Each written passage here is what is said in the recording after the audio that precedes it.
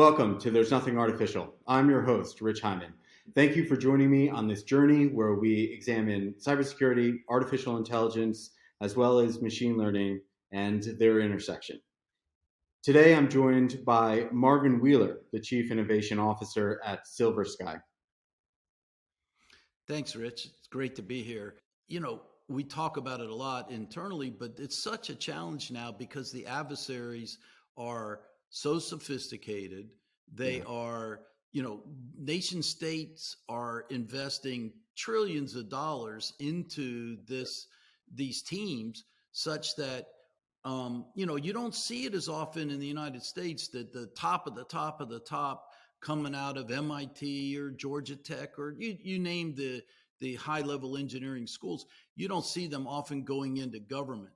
Yet, in many of our nation state adversaries, they're taking the cream of the crop right off of their engineering schools. Oftentimes in the U.S., they go to Stanford, they go to wherever over here, and then go back and they get paid tons of money to be a bad guy.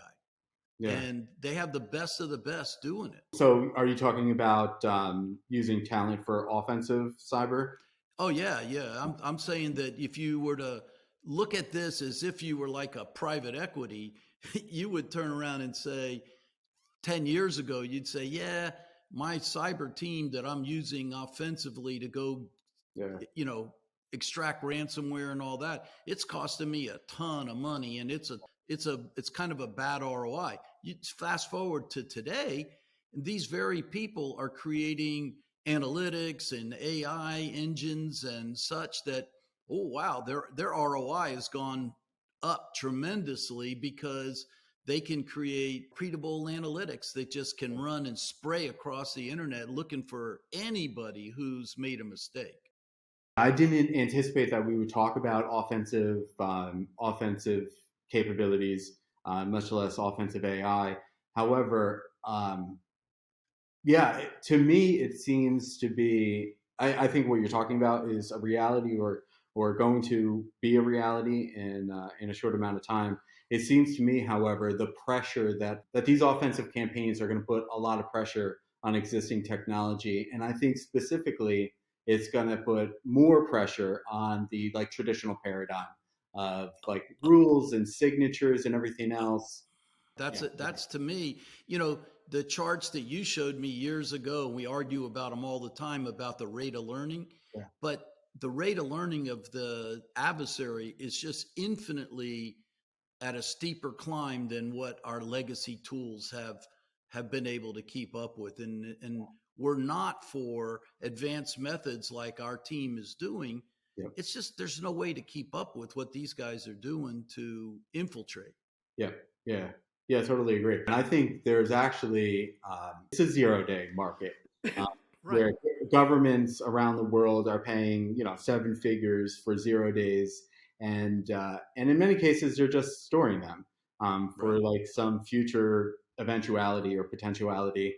And I think that again is just like another reason why um, I don't think machine learning has replaced the traditional paradigm, but to me the traditional paradigm, threat intelligence, rules, signatures, etc., it has to play sort of a subordinate role to machine learning. That is, like, machine learning is great. It has to have a primary function. It's probably not good enough or hasn't replaced the traditional technology, but everything that's happening in the world of offensive cyber, from storing 0 days to using automated methods to launch these campaigns, um, points to the fact that machine learning has to play a central role in Yeah. organization security paradigm. Yeah. So my kind of layman, cynical view of that is that most all compliance standards that are Yeah, built for that's right. companies are built on you must have a SIM, you must have, which is basically saying a signature based system. Yeah, And so that everybody says, well, in order to meet my compliance, I have to do that. It will absolutely. take years, but I don't know. Like in the old days, I'd have said it's going to take 20 years, then maybe. Now I'm not so sure that I actually agree with you that it shouldn't be long before compliance standards for companies get written as, yeah, you need a SIM, but you better have some machine learning backing it up, or else it's not going to be good enough. And I just think that the majority of companies, and why, when you mentioned the lag between, you know, machine learning not really taking over, I think a lot of that has to do with existing compliance standards that are traditional in the enterprise. And I think that as those standards Yeah. change, like it wouldn't surprise me on public companies that in the next couple years, a year or two, that you don't see a requirement come out by law to have a cyber audit similar to your financial audit. You know, with the big five accounting firm has to come in and audit your books. I'm thinking that you're going to see things that say you better have a cyber professional company audit what your procedures are and your compliance standards. And those are the kind of people that'll start saying you Yeah. better have some machine learning backing it up, or else. Yeah, yeah. That's the compliance is a good point. It's that's why I argue that machine learning probably can't replace any of the traditional technology, because the outcomes are still probabilistic in nature. That is, like, they're not perfect because they can't be perfect in, like, Right. a strict Right. sense, because they're probabilistic, and probabilistic tools are, you know, they're not, they'll never pass of um, a compliance type of measure. Yeah, So look, and you mentioned it earlier, though, Rich. You said that everything's based on today on something that happened a period of time ago. Let's say it was a month ago, a week ago, whatever. And how quickly can you ingest that information of what happened and get it back into your frontline rule-based systems? But what I hope what we do to bridge the gap you're just mentioned is that with our machine learning um, discoveries, that we can figure out how to get those back into the frontline defenses at EDR and firewall and all that at a quicker pace yeah, than waiting for somebody else to get hacked and all the traditional systems to get updated, and there's a 30-day gap.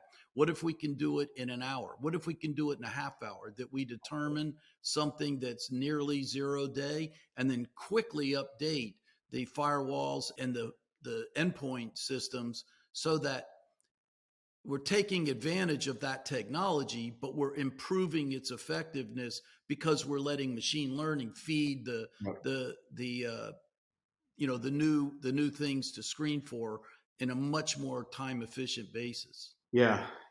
Well, and so in the last episode, the way I was talking about this was, that the traditional paradigm of learning from peers is disconnected altogether from, like, what's actually happening on your network, because all the intelligence that you're using has been gathered from external sources and then applied inside of your Right. environment. Whereas the machine learning approach, is just it's a different paradigm. It's learning directly from your data, thereby learning directly from your adversaries. And what I think is really interesting about that approach is that there is a short window, where defenders have an advantage over attackers, and that's Yes. when attackers are first navigating a defender's environment, because they don't know exactly what defenses you have, or where, with the exception of an insider threat, but they don't know exactly where to go or what your defenses are. And so